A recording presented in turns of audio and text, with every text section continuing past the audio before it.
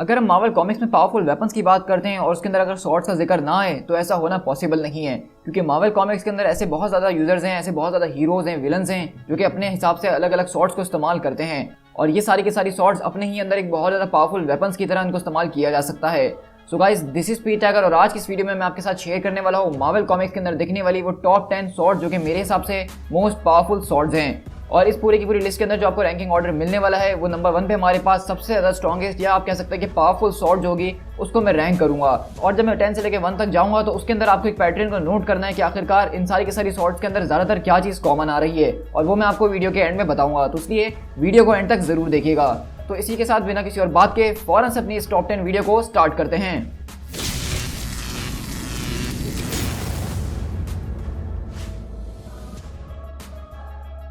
Number 10, Excalibur. Excalibur जो sword है वो मार्वल कॉमिक्स में एक बहुत ही ज़्यादा मशहूर स्वॉर्ड है जो कि हमने काफ़ी बार अलग अलग हीरोज़ को इस्तेमाल करते हुए देखा है। ओरिजिनली ये तलवार किसी और को नहीं बल्कि किंग आर्थर को बिलोंग करती थी। एक्सकैलिबर को मार्वल कॉमिक्स के अंदर बहुत ज़्यादा अलग अलग लोगों ने इसको वील्ड किया है, जिसके अंदर captain Britain, black night, Faiza Hussain. और फायजा हुसैन ने जब इस तलवार को वील्ड किया था तो उन्होंने अपने आप को एक्सकैलिबर के नाम से बुलाना शुरू कर दिया था। एक्सकैलिबर के जो पावर फीड्स हैं उसके अंदर वो ये हैं कि वो किसी भी चीज़ को मार सकता है, चाहे वो गॉड्स हो, स्पिरिट्स हो, इमोर्टल बीइंग्स ही क्यों ना हो। इसके अलावा एक्सकैलिबर के पास अपनी हीलिंग कैपेबिलिटीज़ मौजूद हैं, यानी कि जब तक ये तलवार उसके यूज़र के पास मौजूद है, अगर उसको किसी भी किस्म का कोई घाव लगता है तो वो उस तलवार की मदद से उससे हील कर जाएगा। Number 9, ebony blade. Ebony blade जिसको हमने रिसेंटली जो है अपने इटर्नल्स के एंड क्रेडिट सीन के अंदर भी देखा था, जिसको हमारा हीरो यानी कि डेन बिटमैन जो है वो बेसिकली बिल्ड करने वाला है आगे फ्यूचर एमसीयू के अंदर। तो इस पूरी की पूरी ब्लेड की जो सबसे बड़ी यूनिक फीचर है वो ये है कि ये एक तरह की कर्स ब्लेड है, यानी कि जो कोई भी इस ब्लेड को पोजेस करता है उसके पास सुपर ह्यूमन एबिलिटीज तो आ जाती हैं, लेकिन इस ब्लेड के कर्स होने की वजह से वो ब्लड लस्टी हो जाता है और वो लोगों का खून खराबा करता है और उसको इसमें में बहुत ज़्यादा मजा आने लग जाता है। इस पूरे के पूरे ब्लेड को अगर देखा जाए तो ये भी दूसरी ब्लेड्स की तरह काफ़ी ज़्यादा ड्यूरेबल, काफ़ी ज़्यादा स्ट्रॉन्ग और किसी भी चीज़ के आर पार जा सकती है। और एबनी ब्लेड की जो धार बताई गई है कि वो इतनी ज़्यादा तेज़ है कि वो यहाँ तक कि एडामेंटियम तक को अपनी ब्लेड की मदद से काट सकता है। इसके अलावा जो ये ब्लेड है ये किसी भी किस्म की एनर्जी को अपने अंदर एब्जॉर्ब कर सकती है। किसी भी किस्म का अगर कोई मिस्टिकल बैरियर है, जैसे कि डॉक्टर स्ट्रेंज ने कोई मैजिक के जरिए किसी को रोकने की कोशिश की हुई है, तो एबनी ब्लेड की मदद से उसको भी चीरा जा सकता है। Number 8, soul sword. Soul sword एक बहुत ज़्यादा यूनिक और ज़बरदस्त दिखने वाली सॉर्ड है जो कि किसी और के पास नहीं बल्कि एक्समैन यानी कि एक म्यूटेंट मैजिक के पास होती है। अब मैजिक जो है वो एक्समैन की one of the most powerful magic user भी मानी जाती है, जो कि काफ़ी टाइम तक एक डायमेंशन के अंदर कैद थी जिसको लिम्बो डायमेंशन कहा गया था।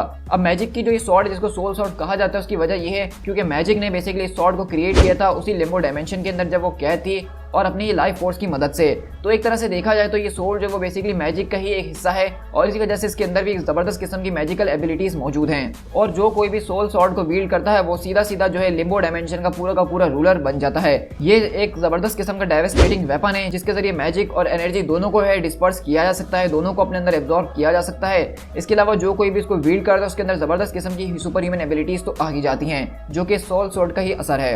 Number 7, Phoenix blade. तो फीनिक्स फोर्स के बारे में तो आप सबने सुना ही होगा, जो कि मार्वल कॉमिक्स में होने वाली एक ज़बरदस्त किस्म की कॉस्मिक एंटिटी है जिसके फायर की तरह रिप्रेजेंट किया जाता है और हम सब जानते हैं कि वो कितनी ज़्यादा खतरनाक है और वो क्या क्या कर सकती है। लेकिन आज हम यहाँ पे जिस ब्लेड की बात कर रहे हैं वो फीनिक्स ब्लेड फीनिक्स की कुछ पावर का एक छोटा सा हिस्सा ही है। रूक शेर नाम की एक रेस हुआ करती थी स्पेस के अंदर जो कि शियार के एक एंशिएंट वॉरियर बीइंग्स थे, लेकिन ये सारे के सारे लोग जो है ये फीनिक्स की पूजा किया करते थे, फीनिक्स फोर्स को माना करते थे और फीनिक्स ने उनकी सारी की सारी वर्शिपनेस को देख के, उनकी चाहत को देख के अपनी पावर की छोटी सी झलक उनको दिखाई एक ब्लेड की नज़र में। और ये ब्लेड उन्होंने रूक शेयर की पूरी ब्लड लाइन को ऑफर करी एज अ गिफ्ट, जिसके अंदर फीनिक्स का एक छोटा सा हिस्सा मौजूद था। अब ये ब्लेड की सबसे बड़ी खासियत ये है कि जिस तरह थॉर का हैमर म्योनियर सिर्फ थॉर ही उठा सकता है क्योंकि वो उसकी वर्दी है, इसी तरह ये ब्लेड जो फीनिक्स ब्लेड इसको सिर्फ रूक शेयर की रेस ही उठा सकती है। उसका ही अगर कोई बच्चा होगा, उसको ही कोई डिसेंडेंट होगा तो सिर्फ वही उसको वील्ड कर सकता है, वरना इसके अलावा उसको कोई हिला भी नहीं सकता है। इस पूरी की पूरी ब्लेड की भी खासियत यह है कि ये एक तो दिखने में बहुत ही ज़्यादा बड़ी और हैवी ब्लेड है, लेकिन जो कोई भी उसको उठाता है उसके लिए इसका वजन कुछ भी नहीं होता है। उसके अलावा ये एक बहुत ही बड़ी सोर्स ऑफ एनर्जी है जिसके अंदर से बड़े बड़े एनर्जी के ब्लास्ट को जो है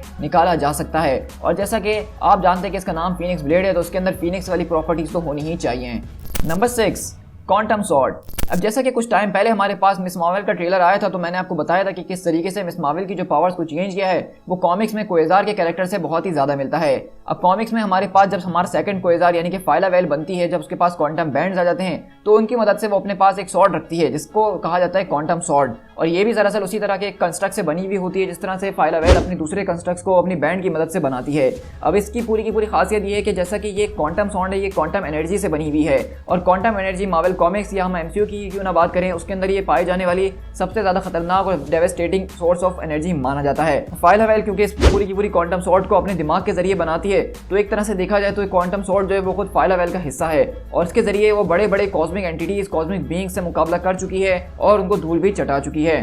number 5, Muramasa blade. Muramasa blade के बारे में आई एम श्योर आप में से 50% से ज़्यादा लोगों ने पहले कहीं सुना हुआ होगा और आप जानते हैं कि ये क्या करती है, क्योंकि इस ब्लेड की जो खासियत है उसके बारे में कुछ ऐसा बताया जाता है कि ये एक ऐसा वेपन है जो कि ऑलमोस्ट हर एक चीज़ को मार सकता है। ये वेपन जो बेसिकली वुल्वरीन को एक आदमी ने गिफ्ट किया था और इस स्वॉर्ड को जिसने बनाया था उसने वुल्वरीन के खून के साथ इसको मिला के इस स्वॉर्ड का हिस्सा बना के इसको बनाया था और इसका बनाने का मकसद ये था कि इसके जरिए अगर वुल्वरीन को कोई घाव लगता है इस ब्लेड के जरिए तो वुल्वरीन उससे हील नहीं कर पाएगा। मतलब मुरामासा ब्लेड की जो सबसे बड़ी खासियत है वो ये है कि ये उन लोगों के खिलाफ एक बहुत ही ज़्यादा डेडली वेपन साबित हो सकती है जिनके पास हीलिंग फैक्टर मौजूद है, जो कि अपने आप को किसी भी जख्म से हील कर सकते हैं। क्योंकि एक बार अगर मुरामासा ब्लेड से उनका कहीं कट लग गया या उनका हाथ वगैरह काट दिया गया तो वो कभी दोबारा रीग्रो नहीं कर सकता है, क्योंकि इसके अंदर वुल्वरीन का खून मिला हुआ है और इसीलिए ये एक तरह से वुल्वरीन के ऑपोजिट काम करती है। और यही बात जो है मुरामासा ब्लेड की इसको बहुत ज़्यादा इंटरेस्टिंग और बहुत ही ज़्यादा जो है मार्वल कॉमिक्स में दिखने वाला ब्लेड बना देती है, क्योंकि ये जो है बार बार वुल्वरीन की स्टोरीज और वुल्वरीन से रिलेटेड जो दूसरे कैरेक्टर्स हैं उनके आसपास हमें दिखती रहती है, क्योंकि ये जो एक एंटी हीलिंग प्रॉपर्टीज़ के तौर पर काम करती है और किसी भी खतरनाक किस्म के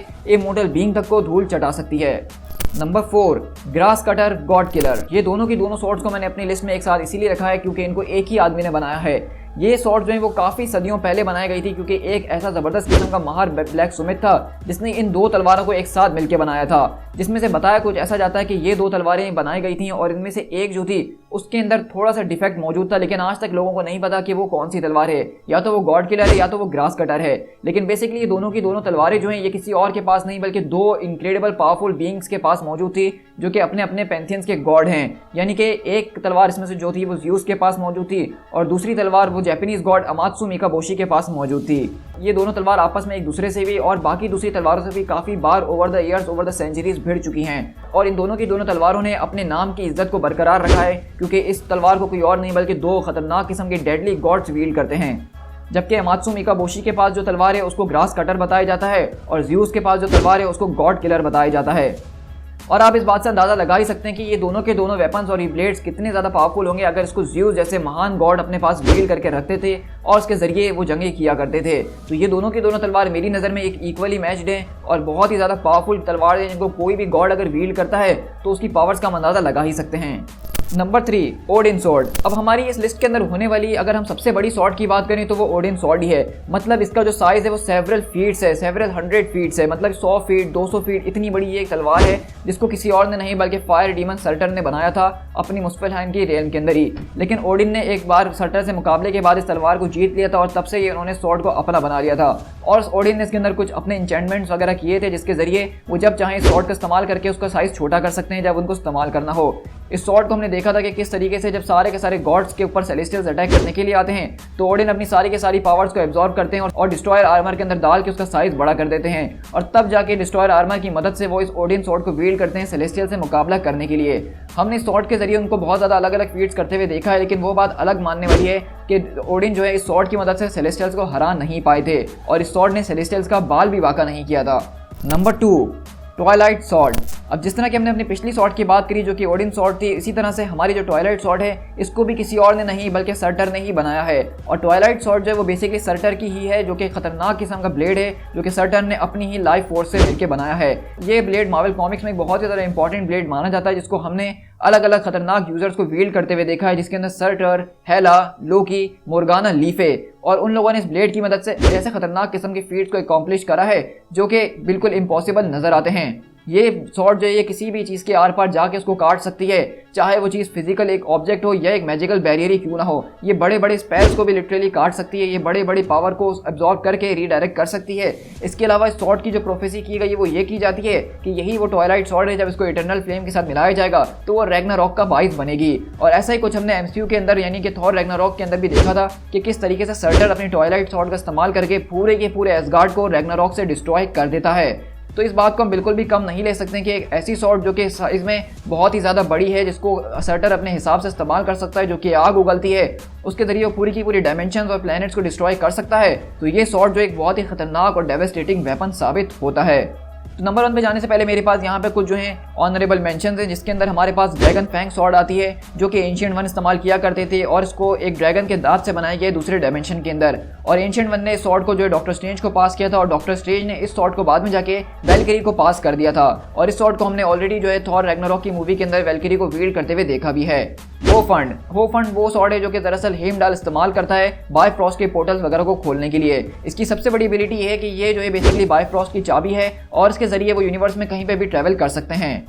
number 1 all black the नेक्रो sword. तो आई एम श्योर कि आप सबने तो इस बात को एक्सपेक्ट कर ही लिया होगा कि नंबर 1 पे हमारे पास ऑल ब्लैक नेक्रो स्वॉर्ड ही होगी और इसके अलावा यहाँ पे कोई और तलवार हो भी कैसे सकती है। ऑल ब्लैक नेक्रो स्वॉर्ड की अगर ओरिजिन की बात की जाए तो हम ऐसा मान सकते हैं कि इस लिस्ट में हमने जितनी भी स्वॉर्ड्स का जिक्र किया है ये उन सब में से सबसे ज़्यादा पुरानी और एंशिएंट स्वॉर्ड है, क्योंकि ये दरअसल किसी और ने नहीं बल्कि नल द गॉड ऑफ सिम्बियोट ने बनाई थी जब ये यूनिवर्स नई पैदा हुई थी और सेलेस्टियल्स ने इस यूनिवर्स के अंदर लाइफ को क्रिएट करना शुरू किया था। तो तब उन सारे के सारे सेलेस्टियल से मुकाबला करने के लिए जो वेपन को क्रिएट किया था नल ने, वो दरअसल ऑल ब्लैक नेक्रो स्वॉर्ड थी। अब अगर हम इस ब्लेड की पावर की और एबिलिटीज़ की बात करें तो वो बहुत ही ज़्यादा है, जिसके ऊपर मैं एक अलग से वीडियो बनाऊं तो वो 10 मिनट खा सकती है। लेकिन मैं आपको फिर भी थोड़े मोटे फीड इसके बता देता हूँ कि सबसे बड़ी बात यह है कि ये इतनी ज़्यादा ड्यूरेबल और पावरफुल है कि इसने बेसिकली सेलेस्टियल से मुकाबला करा है और एक सेलेस्टियल का सर उसके धड़ से अलग कर दिया था। आप याद करेंगे किस तरीके से हमारे नंबर 3 पे होने वाली स्वॉर्ड जो थी ओडिन स्वॉर्ड, वो सेलेस्टियल्स के आगे नहीं टिक पाई थी, लेकिन इस स्वॉर्ड ने सेलेस्टियल से मुकाबला करा, उनको घायल करा, उनको लिटरली जान से मार डाला। इसके अलावा इस स्वॉर्ड की जो सबसे बड़ी बात है कि ये अपने यूजर के माइंड के हिसाब से चलती है।